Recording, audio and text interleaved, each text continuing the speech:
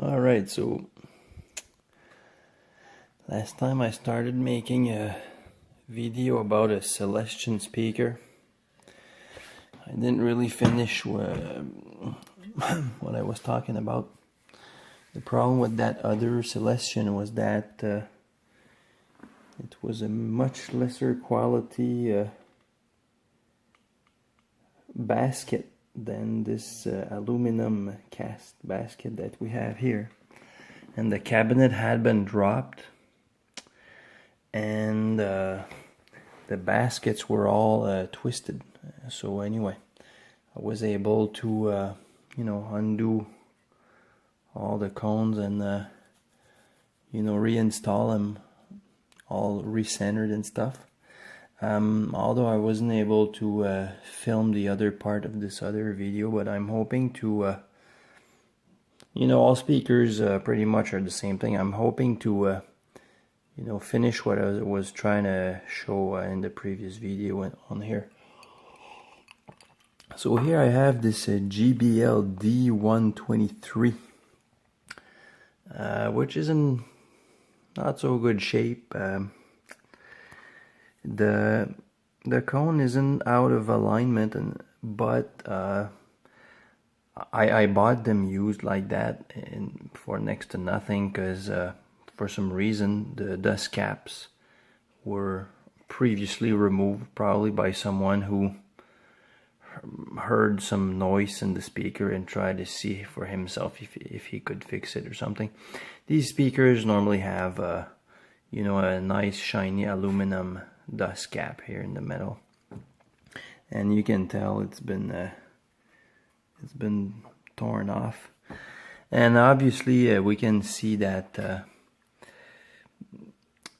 there's some dust and garbage that went in between. So I'm hoping to just completely dismantle the speaker, clean everything, and try to reinstall everything with spacers in between, and see how it sounds after.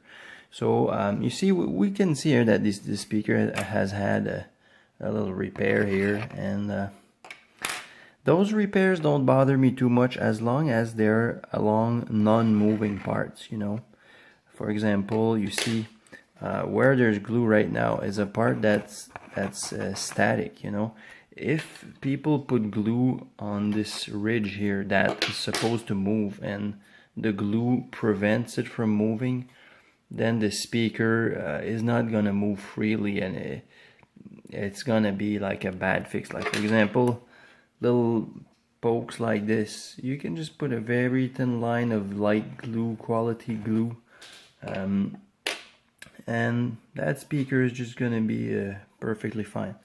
So I did try to fix the speaker already with compressed air, like toothbrush, and I already tried to go all around it with a little piece of paper, and try to dislodge any particle, and then blow again. I just spent a few hours. I don't know, but it's you can hear there's junk behind it somewhere. So some and when these things are built and machined, there's a bunch of little tiny metal dust on the magnet that stayed there, and probably some piece of metal went behind here. And anyway, so I'm just gonna pause this video, and you see here I'm just removing the little foam here, and it's kind of case by case, like in the case of this one, I'm just using this flat ruler, and just like I can't like do this and hold the camera at the same time. Let me try this here. I just like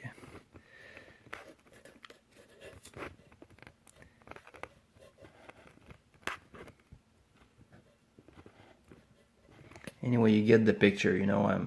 I'm just like slowly like gonna go around and remove this. Be back in a second. Alright, so I'm done removing all the the foam mounting around the speaker, which is pretty much the same in the Celestion. Now I'm using my X-Acto here to, you know, the cone is glued all around here. I'm just using my X-Acto. But this basket being aluminum, now it's a real pain because my steel blade kind of drives right into the aluminum instead of just gliding above it on a steel frame. So it's gonna be kind of painful, you know, going all around and lifting the paper off of this aluminum basket. So back in a few. So it takes a hell of a lot of patience to completely go around this and you know, pull it free.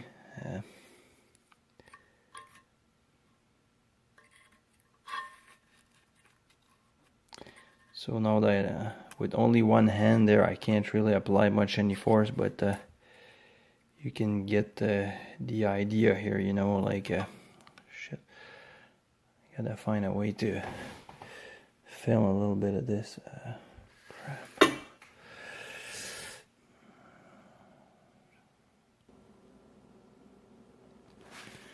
Alright, so I'm completely done cutting off all the surround. It looks like a terrible job, but I don't know, the paper was all dried up and it just like tore apart under my knife blade. It really didn't help that it was aluminum, because the steel blade just like wanted to chew into the aluminum, so it really didn't turn out as clean as working on Celestion. It's the first time I work on a JBL speaker. Anyway, but it doesn't matter, because when you reinstall it, there's glue all over the place, and then you put these formers on top of the glue, and you know, put lots of weight and anyway. So and now I realize that on this JBL there's something else holding it in. I think I'm gonna have to undo some screws behind and all that stuff. I still have, well, I cut the two leads here already. I'm gonna have to resolder those, and also I'm gonna next thing is we don't see it very well here, but there's what they call the spider, this piece here under that needs to be unglued. On the Celestion you see it a little better. You see it a little better here, this here. I'm gonna do the same thing as I did to the top here.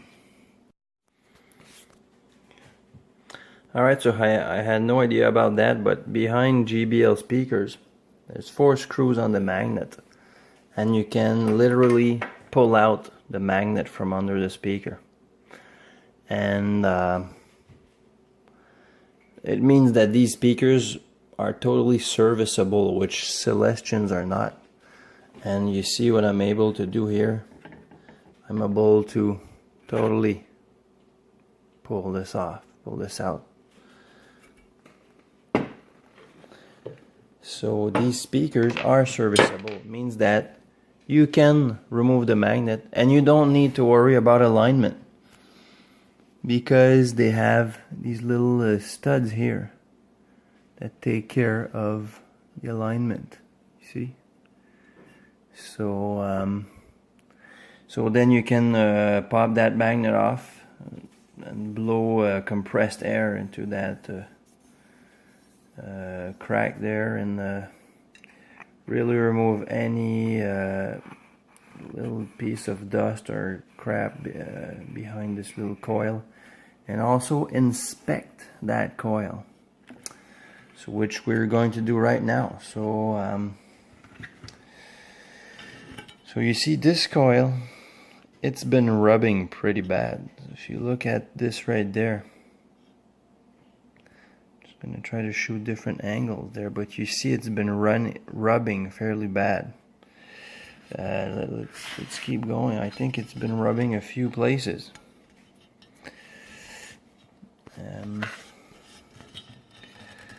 You see, it's been rubbing there too.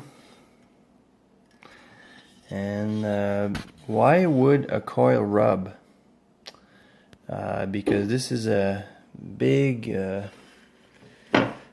aluminum structure that would not bend. Why would a coil rub? When you send too much power to a speaker, the coil there, it's going to overheat. And as you know, metal expands, and not only metal, a different anyway, so it expands and it bends out of shape. So this is one perfect way to blow a speaker. So I really declared this coil burned, you know. But these speakers being worth about $150 each, just going to try to figure, maybe there's another reason why it might have rubbed. So I did a little investigation, and I've put some marker on, some pencil on these spots. So here's a spot right here.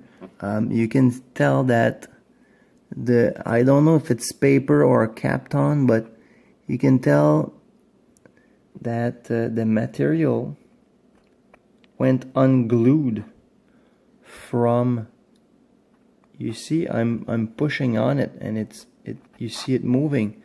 And the same here.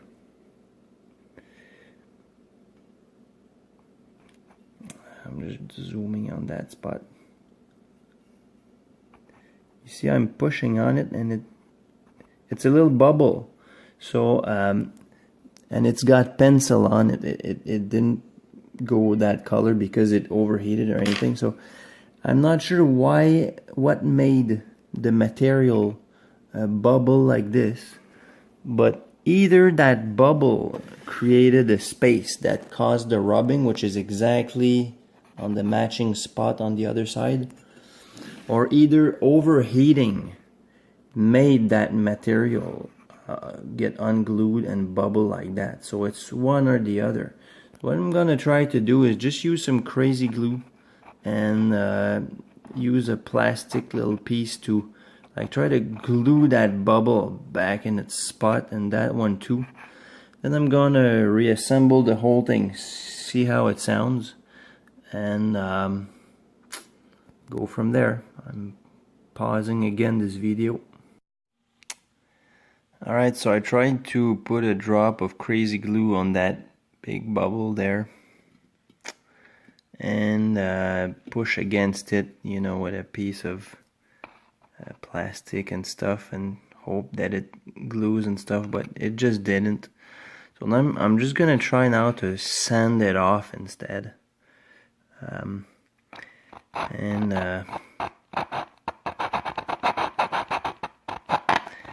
Again, it's not me who ripped out that aluminum dust cap like that, and there's two possibilities why this aluminum dust cap got ripped out.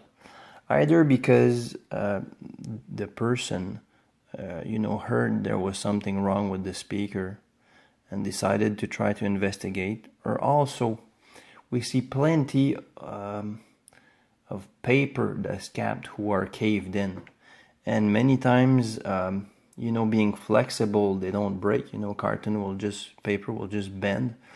But these aluminum dust cap, if you push them pretty hard, or if it's freezing outside and something bumps into them, they're just gonna rip, they're gonna break. So it's possible that it originally broke and then it rattled or something, and the guy decided just to cleanly tear it off. But then that exposed the coil and everything to debris and stuff, and then some debris creeped in and created those rubs and all those problems. I've seen a few times in Celestions where the rub was caused by an imperfection in the just on the edge of the magnet, of where the coil little slot there, some kind of a metal casting little chip sticking out, and you could really cleanly sand that down and reassemble the speaker, and it sounded perfect after that. So I'm just gonna, for now, keep sanding those two bubbles and see if I can bring them flush. Okay, so I realized the sanding was really not a good idea. I decided to use a little needle and actually make a little puncture into that bubble so that my crazy glue will actually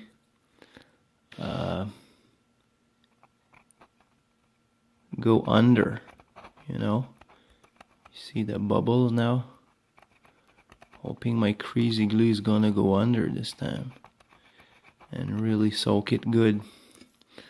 And now I'm gonna apply pressure on it with my little rubber tool here. So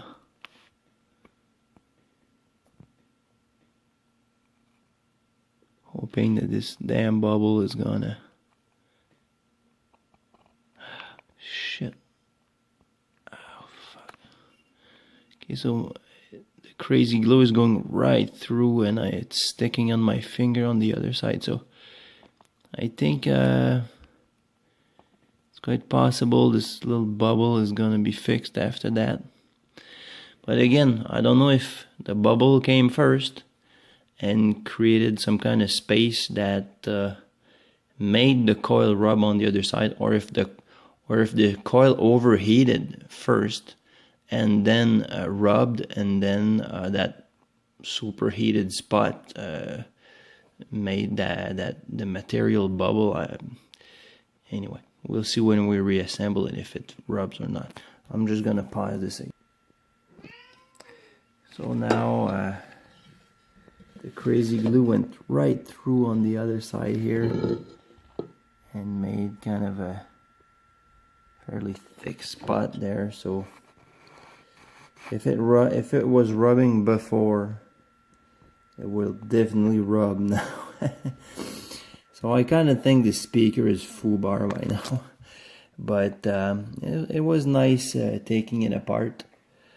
But it's the first time I have to abandon a speaker like that. Normally, like for example, those JBLs, the gap is extremely thin. Like this coil is really tight on the inside of that magnet. Yeah, my camera ran out of power. I was saying that on JBL speakers, well, the D120s and D130s, the gap is extremely small. Like the coil is incredibly close to the magnet. On a Celestion speaker, like you see here, I'm using some magazine paper here as spacer because I'm just about to re-glue the seam there, the surround. And on a Celestion, I fit about 3 or 4 magazine pages as spacer around, because you want it centered really good. However, here I could barely fit 1 page of magazine paper. So it's a good thing and a bad thing. Like a speaker with a really thin gap is going to be very efficient and reactive, and it's usually a better quality speaker, and it's more difficult to fabricate because your quality control is going to ditch a lot more, because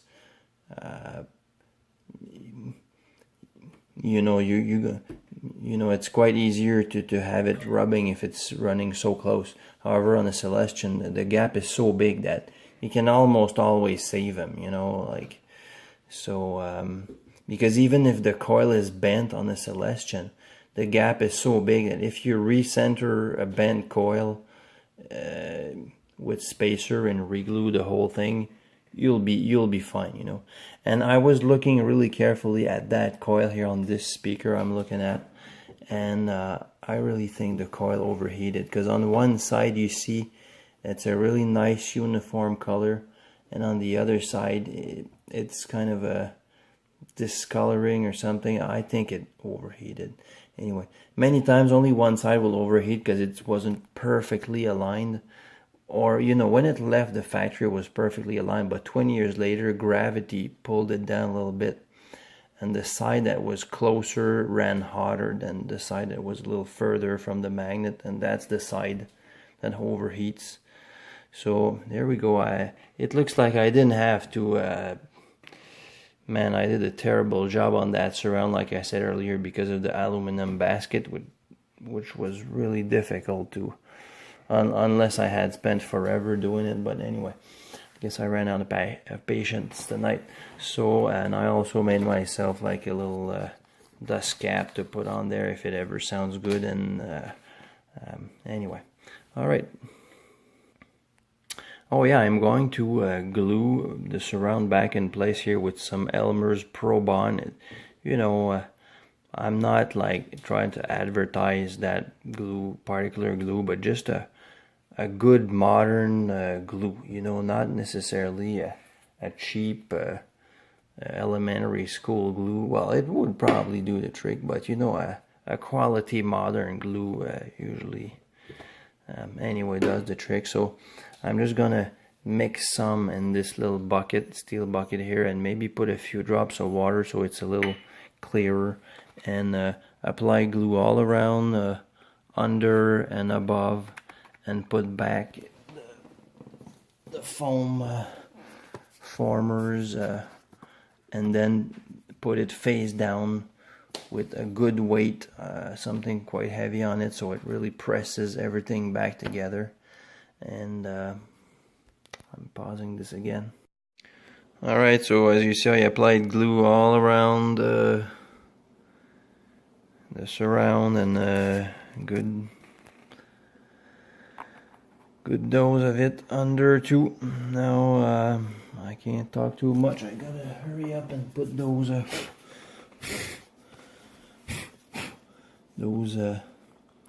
foam inserts there, and put it upside down and put some good pressure on it, and come back tomorrow. Alright, so after spending 24 hours with some books on top of it for weight after I glued it, it's time to see what it looks like. You gotta be careful, because if you put too much glue and you put it upside down, it's gonna glue right on the table. So you could want to use some kind of wax paper under it or something to prevent. But it's not the case, because I didn't put too much glue on it. And so I did try to move it, and I don't see anything, I don't hear any rubbing right now. So, and as you saw, I put the magnet, I screwed the magnet back on, and used the paper spacers. I'm repeating myself here, but it's been a day, so obviously all the videos will be glued back together. And anyway, so I only have one hand now because I got to film, but when I you know, carefully move the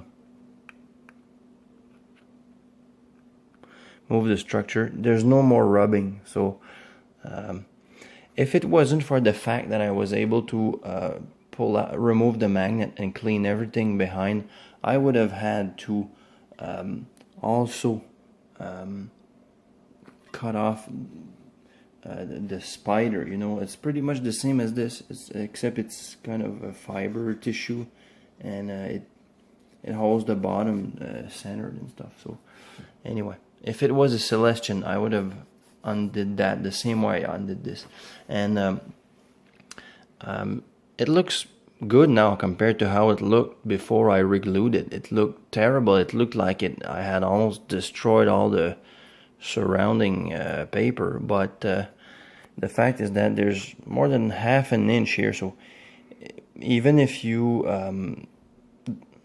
you know, obviously you want to do the best job possible, but in this case, like I was saying, the aluminum wasn't gliding really well with my blade. So even if you rip out like half of the paper, what's left with quality glue is enough, because you have a fairly large, fairly wide surface under, you know, to glue on. And anyway, now if you look all around, you know, it looks really nice, really clean. I'll bring in the light. You see, like, all the little rippled edge is perfectly good. You know, the bottom of the speaker always has more dust in it. Anyway, so now I made a little homemade cone there that I'm going to glue on here, because that's the enemy. You don't need any dust to go under here. It's got a funny shape, but it's from another speaker. It's from a car speaker that have those little trumpets kind of wings coming out. And I'll put a little piece of cloth here with glue on the top, and that'll be it. I mean, I'll put another shot once I'm done gluing that, but I think it's repaired, you know. So